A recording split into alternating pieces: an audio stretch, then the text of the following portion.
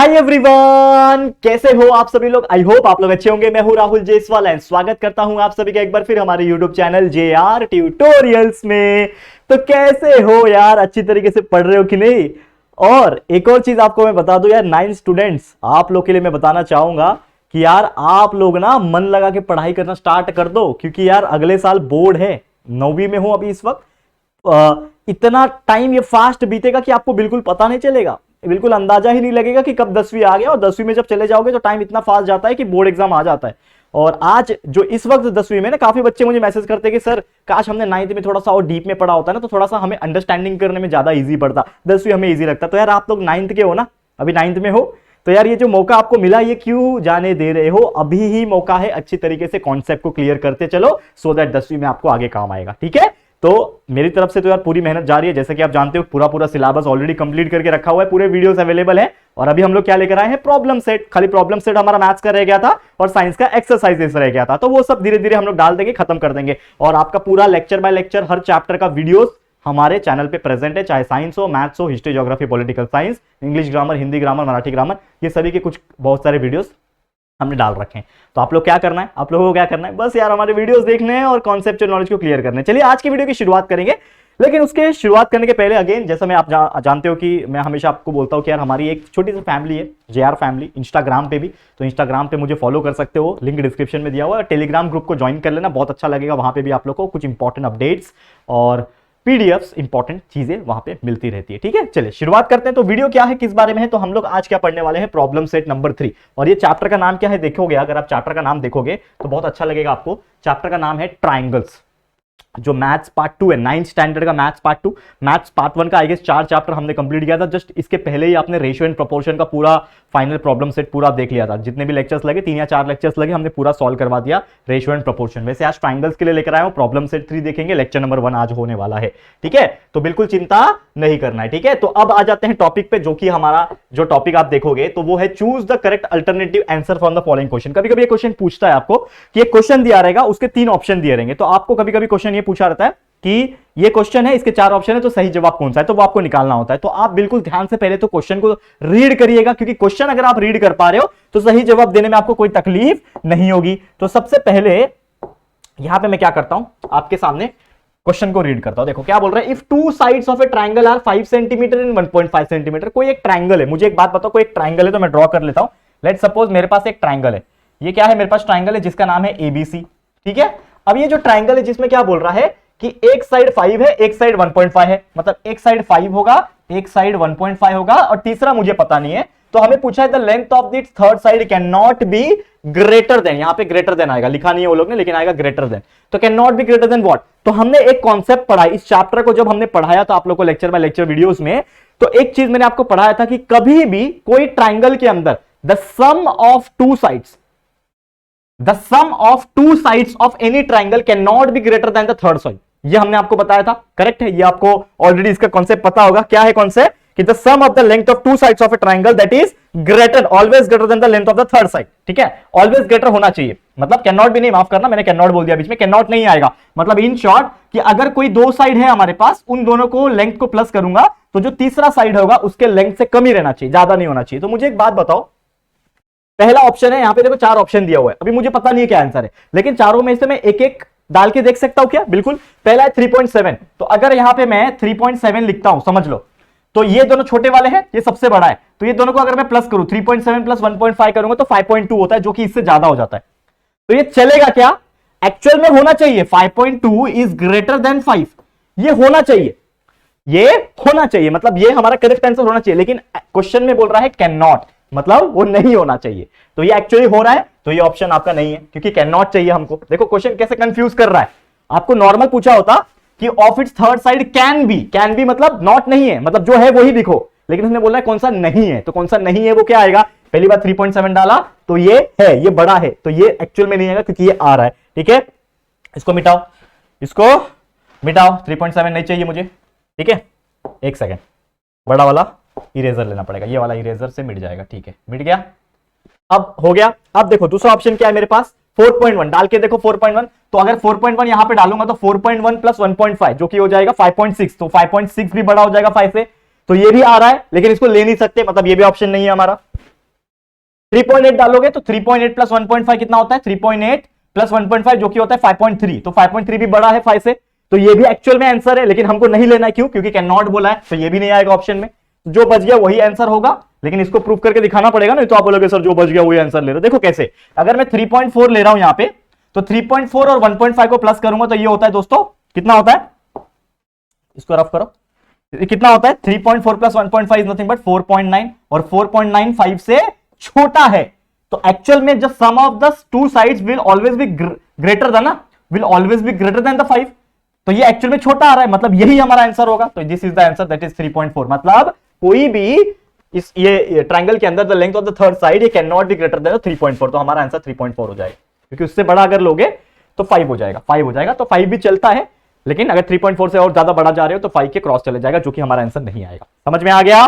तो चलो ये हो गया पहले क्वेश्चन का आंसर। कितना इजी था, है कि नहीं दोस्तों? तो इसी प्रकार का कॉन्सेप्ट लगाना है। पूरा चैप्टर में जो कॉन्सेप्ट पढ़ा हुआ है हमने लेक्चर्स में, जिसने लेक्चर्स नहीं देखे जाके देखो, बस सर्च करना 9th maths part 2 chapter number 3 triangles by JR tutorials. आपको हमारे वीडियोस देखने मिल जाएंगे, लेक्चर बाय लेक्चर बनाया, 4-5 प्रैक्टिस सेट है ना, पूरा सॉल्व करवाया हुआ है, देख लेना। अगला question, in triangle PQR angle R is greater than angle Q। पहले तो PQR ड्रॉ कर लो अपने मन से। एक ट्रायंगल होगा जिसका नाम होगा P, जिसका नाम होगा Q और R।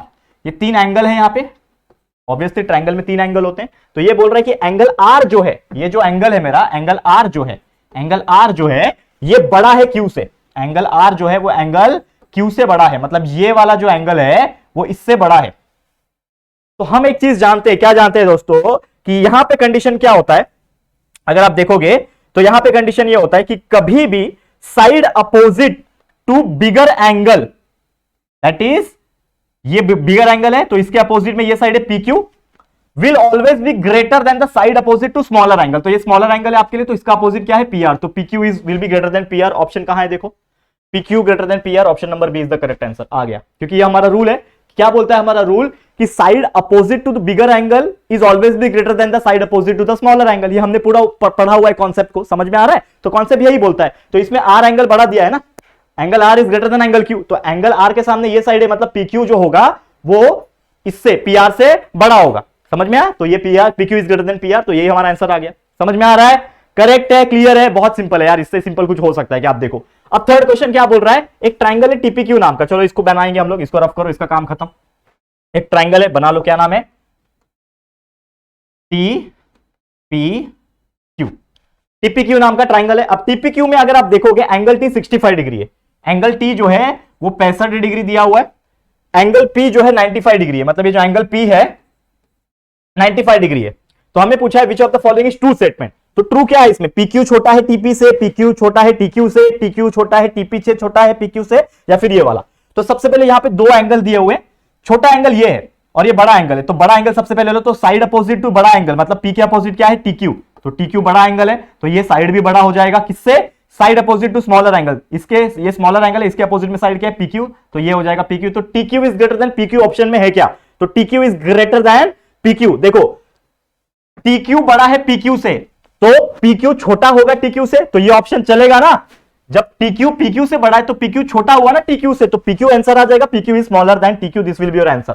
चाहे आप TQ बड़ा लिखो PQ से या फिर PQ छोटा लिखो TQ से, बात तो एक ही है। आ गया आंसर, ऑप्शन नंबर 2 करेक्ट है। कितना सिंपल था, आप देख पा रहे हो 9th वाले बच्चों? देखो यही है खासियत हमारे चैनल की, इतना बेहतरीन तरीके से कॉन्सेप्ट के अंदर का भी कॉन्सेप्ट बता रहे हैं आप लोग को कि मजा आ जा रहा है। समझ में आ गया?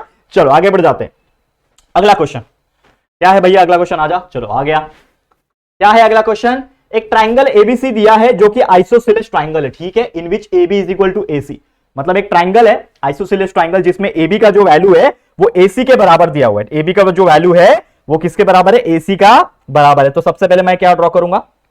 एक आइसोसेलेस ट्राइंगल को ड्रॉ करूंगा। ये होता है मेरा आइसोसेलेस ट्राइंगल जिसमें ये साइड और ये साइड सेम होता है। नाम दे दो ABC, जिसमें ये साइड और ये साइड सेम है। क्यों? क्योंकि आइसोसेलेस है, आइसोसेलेस में कोई भी 2 साइड सेम होता है, ठीक है। और एक और चीज बोल रखा है कि AB AC से बराबर है, मतलब AB AC को बराबर है obviously. Seg BD and segment CE are medians. तो सेक BD मतलब क्या होगा? ऑब्वियसली पहले तो इस चीज को मिटा दो, ये लिखने की जरूरत नहीं है, ये आपको समझाने के लिए था, ये मिटा दिया। अब ये B से लेके D तक का एक पॉइंट आएगा, स्ट्रेट लाइन खींचता हूं, चलो लाइन ले लेता हूं, लाइन B से लेके D तक का एक लाइन लो, ये मीडियन है। और वैसे ही CE एक मीडियन है, CE मतलब C से लेके E तक का मीडियन, ठीक है, और उसका नाम क्या हो जाएगा, ये डी पॉइंट हो जाएगा, ये ई पॉइंट हो जाएगा। ये दोनों क्या है, मीडियन से। क्वेश्चन में ही बोल के रखा है, हमने ड्रॉ कर लिया। Show that BD is equal to CE, हम लोग को क्या शो करना है, शो दैट क्या करना है, बीडी जो है वो सीई के बराबर है। किधर है बीडी, देखो ये बी से लेके डी और ये सी से लेके ई, ये दोनों लाइन जो हमने अंदर के अंदर ड्रॉ की है वो बराबर है, इक्वल है, ऐसा हम लोग को प्रूफ करके दिखाना है। ठीक है, तो हम लोग प्रूफ करेंगे। तो सबसे पहले क्या प्रूफ करेंगे हम लोग, सबसे पहले हम लोग शुरुआत करेंगे कि यहां पे जो मेरा एई है, ये पूरा जगह पूरा जो आप देख पा रहे हो, यहां पे क्या देख पा रहे हो कि ये जो पूरा पूरा एई है, ठीक है, ये पूरा का पूरा जो एई बोल लो आप, जो भी बोल लो, ये ए बी का आधा है। तो मैं कैसा लिख सकता हूं, क्या मैं कोई कलर चेंज करा, चलो कोई बात नहीं, कलर नहीं चेंज करेंगे, व्हाइट से लेते हैं। एई जो है ये एई, ये कितना है, पूरे ए बी का आधा है, that is half of the A B. A is equal to half of A B, ये हम लोग पहला बोल सकते हैं हम लोग यहां पे। ठीक है, और उसी के जैसा ये जो ए डी है is equal to half of पूरा ए सी, और दोनों का नाम दे दो इक्वेशन नंबर 1 और 2, और रीजन क्या है, दैट इज द मीडियन है, ऑब्वियसली इसके लिए है। ठीक है, हम लोग ऐसा बोल सकते हैं, क्वेश्चन में हम लोग को उसके हिसाब से पता चल रहा है। ठीक है, और एक और चीज मैं जानता हूं कि ए बी जो है वो ए सी के बराबर है। जब ए बी ए सी के बराबर है तो ऑब्वियसली मैं ए बी की जगह पे ए सी पुट कर सकता हूं क्या, बिल्कुल पुट कर सकता हूं। तो उसके हिसाब से मैं क्या बोल सकता हूं मेरा, कि जो ए ई होगा और वो जो ए डी होगा, इसको 3 ले लो। ठीक है, ए ई जो होगा ये ए डी होगा, ये दोनों इक्वल हो जाएंगे। क्यों इक्वल हो जाएंगे, कौन बताएगा reason, that is from equation number 1, 2 and 3। क्यों आया ऐसा, क्यों आया, मुझे कौन बताएगा रीजन। क्योंकि देखो जब ए बी का वैल्यू ए सी के बराबर है तो ये ए बी की जगह पे ए सी हो जाएगा, तो half A C A B हो जाएगा, half A C A B है, तो दोनों का मतलब सेम हुआ, मतलब ए ई और ए डी जो है वो सेम हो जाएंगे फ्रॉम इक्वेशन 1, 2 एंड 3। इस हिसाब से हम लोग बोल सकते हैं। ठीक है, यहां पे एक लंबा खड़ा लाइन खड़ा कर दो, एक लाइन खींच दो, यहां पे आगे सॉल्व करते हैं। अब देखो यहां पे थोड़ा सा समझो इसको, थोड़ा सा दिमाग लगाओगे कि नेक्स्ट स्टेप में हम लोग क्या कर सकते हैं। नेक्स्ट स्टेप में अगर आप देख पाओगे कि सेगमेंट ए बी जो है यहां पे और जो सेगमेंट ए सी है, ये दोनों के दोनों क्या है, दोनों के दोनों ही इक्वल है। तो इसका मतलब क्या है, मेरा जो एंगल होगा बी ए और डी का, मतलब ये वाला एंगल जो होगा, और यहां पे सी ए ई का, ये दोनों ही एंगल सेम होगा। ठीक है, तो मैं क्या बोल सकता हूं कि एक एंगल मेरा बी ए डी, यहां तक का इतना एंगल खाली, तो एंगल बी ए डी, ये वाला एंगल कौन सा, ये वाला, और दूसरा एंगल सी ए और E is congruent angle C A E, ये दोनों भी क्या होंगे, एंगल कॉन्ग्रुएंट होंगे। ऑब्वियसली क्यों है, देखो यहां पे क्लियर कट दिख रहा है हम लोग को कि ये दोनों क्या होंगे, एक दूसरे से कॉन्ग्रुएंट होंगे। ठीक है, ये दोनों एक दूसरे से कॉन्ग्रुएंट होंगे। सेगमेंट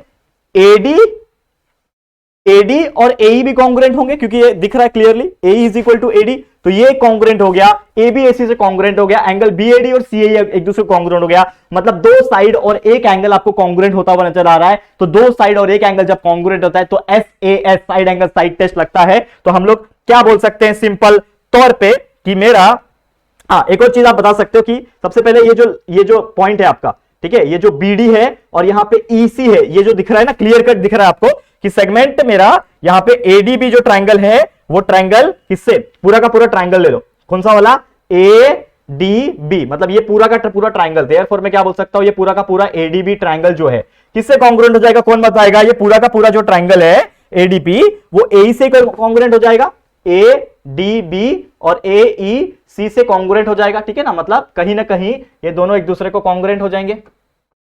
और अगर ऐसा है तो सिंपली मैं क्या बोल सकता हूं कि जो मेरा ये लाइन बीडी है वो किससे सिमिलर हो जाएगा, ये जो बीडी लाइन है वो इससे यानी कि सीई से क्या हो जाएगा, कॉन्ग्रुएंट हो जाएगा। और यही एक्चुअल में हम लोग को क्या करना था दोस्तों, प्रूफ करके दिखाना था, यही चीज हम लोग को प्रूफ करके दिखाना था ना सिंपल तौर पे। तो आ गया हमारा आंसर। तो BD is congruent to CE, इसको आप डायरेक्ट ऐसा भी लिख सकते हो, therefore BD is equal to CE, ऐसा भी लिख सकते हो, कोई परेशानी इसमें नहीं होगी, खत्म कहानी। कितना सिंपल था, है कि नहीं, कितना सिंपल था, है कि नहीं। तो इस प्रकार के सिंपल सिंपल एग्जांपल आपके एग्जाम में पूछा जाएगा, इसमें कोई भी परेशानी आप लोग को नहीं हो जाएगी। ठीक है, समझ में आ गया। चलो अगला क्वेश्चन पे जाते हैं। थर्ड एग्जांपल क्या बोल रहा है, एग्जांपल एक ट्राइंगल है पीक्यूआर नाम का, ठीक है, डायग्राम दिया हुआ, चलो बहुत अच्छी बात है। पीक्यू बड़ा है पीआर से, पीक्यू बड़ा है पीआर से, चलो ठीक है। बाइसेक्ट कर रहा है angle Q and angle R, bisect कर रहा है angle Q and angle R को, ठीक है। एस पे कर रहा है, चलो ठीक है। Show that S Q is greater then S R, S Q is S R से बड़ा है, प्रूफ करके दिखाना है। बहुत ज्यादा इसमें परेशानी आप लोग को नहीं होगी, तो चलो प्रूफ करके दिखाते हैं। सबसे पहले यहां पे आप देखोगे कि एंगल जो है मेरा एस क्यू आर, ये ले लो। सबसे पहले पूरा ट्राइंगल के अंदर ही कंसिडर करो, in triangle P Q are, P Q are दो बार ले लिया, ये पूरा ट्राइंगल ले लो, इन ट्राइंगल, यहां पे मैं बात करूंगा पी क्यू आर। तो सबसे पहले एक चीज मैं क्या बता सकता हूं, क्या बता सकता हूं कि एंगल जो है मेरा, इसका नाम है एस क्यू आर। अगर आप इसको ध्यान से देखोगे, ट्राइंगल जो मेरा एस क्यू आर है, इस ट्राइंगल को अगर आप ध्यान से देखो तो ये एस क्यू आर, ये पूरे ट्राइंगल का पी क्यू आर का आधा है। तो मैं क्या बोल सकता हूं, is half of the angle P Q are. समझ में आ रहा है कि नहीं? देखो ये एस क्यू आर, ये इतना ही है, खाली इतना ही है, तो ये पूरे का आधा ही हुआ ना। समझ में आ रहा है? तो हम लोग लिख सकते हैं यहाँ पे S Q R is half of the P Q are, ठीक है। और उसी के साथ हम लोग क्या लिख सकते हैं कि ये जो एस आर क्यू है ये पी आर क्यू का आधा होगा। तो therefore angle S R Q is equal to half of angle P R Q. इसको भी ऐसा बोल सकता हूं मैं, इसको इक्वेशन नंबर 1 इक्वेशन नंबर 2 बोल सकता हूं। देखो दोनों ही केस में वैसा है, इस साइड भी वैसा, इस साइड भी वैसा, दोनों ही केस में वैसा है, ये हम लोग बोल सकते हैं। तो इसके साथ में मैं क्या बोल सकता हूं कि ये जो मेरा ट्राइंगल पी क्यू आर जो चल रहा है हमारा, इस पे हम लोग बोल सकते हैं कि एक चीज क्लियर कट बोल के रखा है कि P Q is greater than P R. एक और चीज क्लियरली बोल रखा है कि पी क्यू जो है वो पी आर से क्या हो जाएगा दोस्तों, बड़ा हो जाएगा। P Q is greater than P R, ये हम लोग को गिवन है। और सबसे पहले मुझे एक बात बताओ कि यहां पे जो एंगल आर है, ठीक है, पी क्यू जब पी आर से बड़ा है तो यहां पे जो एंगल आर जो क्रिएट हो रहा है, मैं कलर चेंज करता हूं यहां पे, ये जो एंगल आर जो क्रिएट हो रहा है दोस्तों, ये जो आर है वो एंगल क्यू से क्या हो जाएगा, बड़ा हो जाएगा, ठीक है। बताओ कैसे?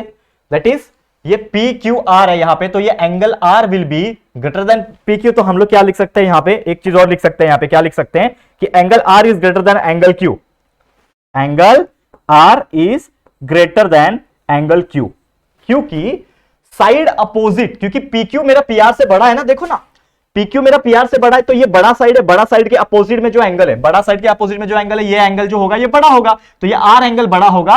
और ये छोटा साइड है तो इसके अपोजिट में जो एंगल है ये छोटा एंगल भी होगा, तो यानी कि ये एंगल से बड़ा होगा। तो मैंने लिख दिया angle R is greater than angle Q. ये समझ में आया इतना यहां तक, angle R is greater than angle Q, ठीक है। अब इतना समझ में आ गया। अब मैं दोनों को ना हाफ हाफ से मल्टीप्लाई करता हूं, इसको मैं लिखता हूं half multiply by angle Q is greater than half multiply by angle Q. ये इतना मुझे समझ में आ रहा है क्या? इतना मैं लिख सकता हूं क्या? इतना मैंने दोनों को हाफ से मल्टीप्लाई किया, तो उसी हिसाब से मैं क्या बोल सकता हूं कि एंगल आर को अगर मैं देखा जाए तो एस आर क्यू अगर मैं ले लूं, एंगल आर को मैं कैसा लिख सकता हूं, एंगल आर जो है ये पूरा आर, ये पी आर क्यू है ना, तो इसका आधा क्या हो जाएगा, एस आर क्यू हो जाएगा। तो मैं इसके जगह पे मैं क्या लिख सकता हूं दोस्तों, यहां पे मैं अगले स्टेप में लिख के दिखाता हूं। ये एंगल आर मतलब ये पूरा एंगल आर है, इसका आधा क्या हो जाएगा, एस आर क्यू, सिर्फ इतना वाला एंगल, सिर्फ इतना एंगल क्या है, एस आर क्यू। तो मैं लिख सकता हूं क्या, एंगल एस आर क्यू। किसके जगह पे लिख रहा हूं, ये पूरे हाफ एंगल आर के, क्योंकि आधा एंगल आर का मतलब क्या है, एस आर क्यू ही तो है। ये एंगल एस आर क्यू बड़ा है आधा क्यू से, तो क्यू का आधा क्या हो जाएगा, एस क्यू आर, तो ये हो जाएगा S angle S Q R, angle S Q R. और अगर आप ध्यान से देखोगे, आपको पूछा क्या है कि S Q is greater then S R, तो एंगल एस आर क्यू आप देखो, मतलब ये वाला एंगल, कलर चेंज करता हूं मैं, थोड़ा सा ध्यान देना, एस आर क्यू मतलब सिर्फ इतना एंगल, ठीक है। अब इतने एंगल के अपोजिट में साइड क्या है, एस क्यू, ये सिर्फ इतना एंगल है ना एस आर क्यू, तो इसके अपोजिट में साइड क्या है, S Q is greater then, तो रहेगा ही साइन। और ये एस क्यू आर कौन सा एंगल है, ये वाला एंगल है खाली, तो इसके अपोजिट में कौन सा साइड है, एस आर, तो यहां पे आ जाएगा एस आर। और यही चीज हमें प्रूफ करना था कि S Q is greater then S R, और ये हमने प्रूफ करके दिखा दिया। कितनी आसानी से हमारा आंसर जो है वो आ गया, आप देख पा रहे हो, क्लियर, कितना आसानी से आ गया है कि नहीं? तो समझ में आ रहा है कि नहीं आ रहा? तो देखो इसमें ना कोई परेशानी नहीं है, बस आपका कॉन्सेप्ट लग रहा है जो आपने इसके पहले पढ़ा हुआ है। अगर आपको कॉन्सेप्ट पता है दोस्तों, तो कोई हार्ड नहीं होते ये सब प्रॉब्लम्स, ये सब एक्सरसाइज, ये सब जो क्वेश्चंस आपको देखने मिलते हैं एग्जाम में, कैसे भी आने तो आप उसको सॉल्व चुटकी बजा के ही कर सकते हो।